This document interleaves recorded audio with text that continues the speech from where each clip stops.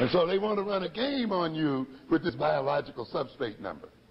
A quick reference here to some tentative research that was noted in the New York Times Wednesday, September 16th. And you should read this piece, and the research is tentative, but read the scientific journals. But there's something interesting here. The headline reads, "Behavior therapy can change how the brain functions." Researchers say. Like drug therapy, behavior modification therapy produces metabolic, what do we mean there? Chemical enzymatic changes in the brain and functional changes. That is how different parts and areas of the brain relate one to the other in controlling a behavior and initiating a behavior. You know what I'm saying? Like drug therapy, behavior modification. This is a non-drug therapy, right?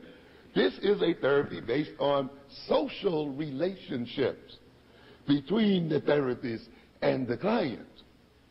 Okay, and that's what we are comparing here. And what does it say here then? Both of these produces metabolic and functional changes in the brains of people with obsessive compulsive disorder.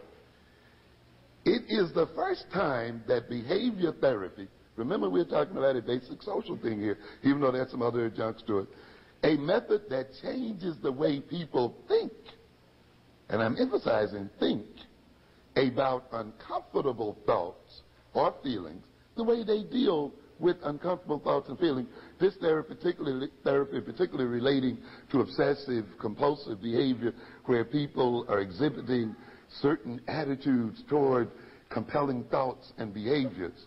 So this therapy, which seeks to change the way they think about these compulsive feelings and think about these thoughts and these urgings that keep telling them to do things, has been shown to physically alter brain function in a mental disorder. And we could go on, the piece is longer. I brought this up to get those who might think that we only talking about rats. What are we saying here then? That the very nature of human relations itself can change the functional nature of the brain. The idea being then that even when they come to you and tell you that there's some kind of correlation between a brain functionality and a particular behavior, don't fall for the okie doke that necessarily means that the society is not responsible for producing that behavior. Society shapes the brain as it shapes other things as well. I'll move on quickly here. The theme of black-on-black violence, the book, is that the alleged criminality of black males will be used to justify the repression of the African American community and quite possibly its genocidal annihilation. In other words, the running theme of the book, Black-on-Black Violence, is this: that the alleged criminality of African males will be used as a major rationale, so that when this society decides that it will annihilate this community, the other members and nations and people in the world will buy it because they have been convinced that we are innately criminal. And what I'm trying to get across in there then is how this propaganda is developed. This is why, despite what you say from a logical point of view, despite the fact you may say this is not the majority of our youth who are in jail, the vast majority of our youth are not engaged in violent behavior. The majority of people on welfare are not black people. The majority of people in prisons are not black folk. You know, you can lay one fact after another. And yet what happens? The people still insist in seeing it as a black problem, don't they? When you lay evidence and facts before a people, even evidence and fact that they themselves have collected, and they still insist in seeing you in a particular way, then you must recognize that they are seeing you in that way because it is important to their own psychological state of being and because it serves their own interest. Yes. And you must ask the question then, why are they obsessed about projecting this kind of image? And you will see then that it is there to rationalize their behavior against you. They're not, and therefore, as I will say a little later on, this idea of arguing with these people point for point is not what the game is about. It's not what it's about. Let me quickly move on. I want to lay a context, because often we discuss these issues out of context.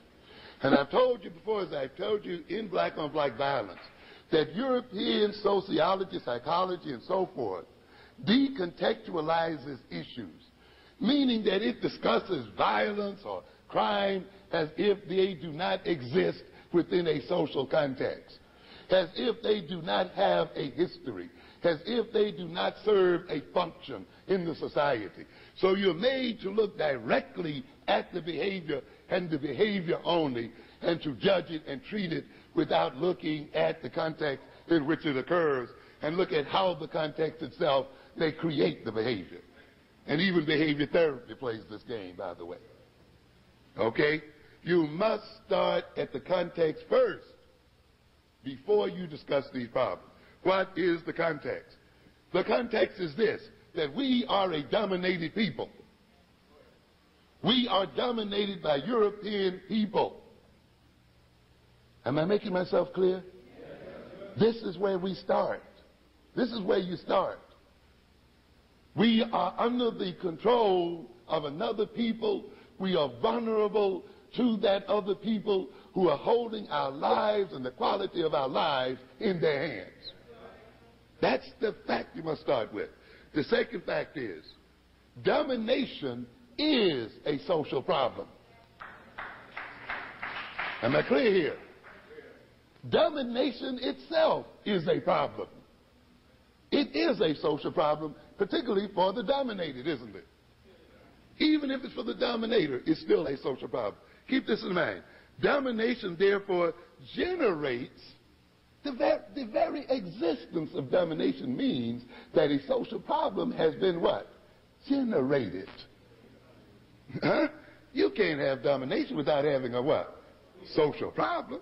So domination generates a social problem, and as long as it exists, it maintains that social problem. As long as you're under the domination of Europeans, you will have social problems.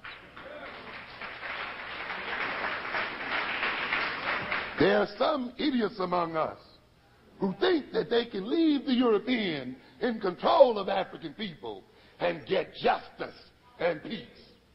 It is not possible. Domination is built on injustice. And you cannot then leave the European in power over black people and then expect to receive justice. It's illogical. It's not possible. Domination benefits the dominator. We are dominated because it what? Benefits those who dominate us.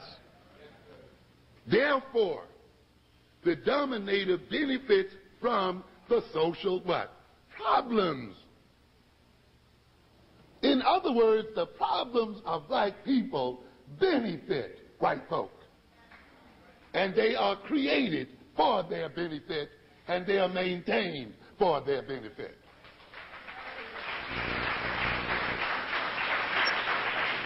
And therefore, those who dominate us have an investment, monetarily and every other way, in perpetuating the symptoms of maladjustment in us as a people, and they engage in interactions that reinforce those problems. That's why no matter what kind of program they lay out for you, it does not resolve the social problems that they claim they're designed to resolve. And I'll be through in just a second or two here. The problems of the dominated provide evidence which justifies their domination and supports their own domination.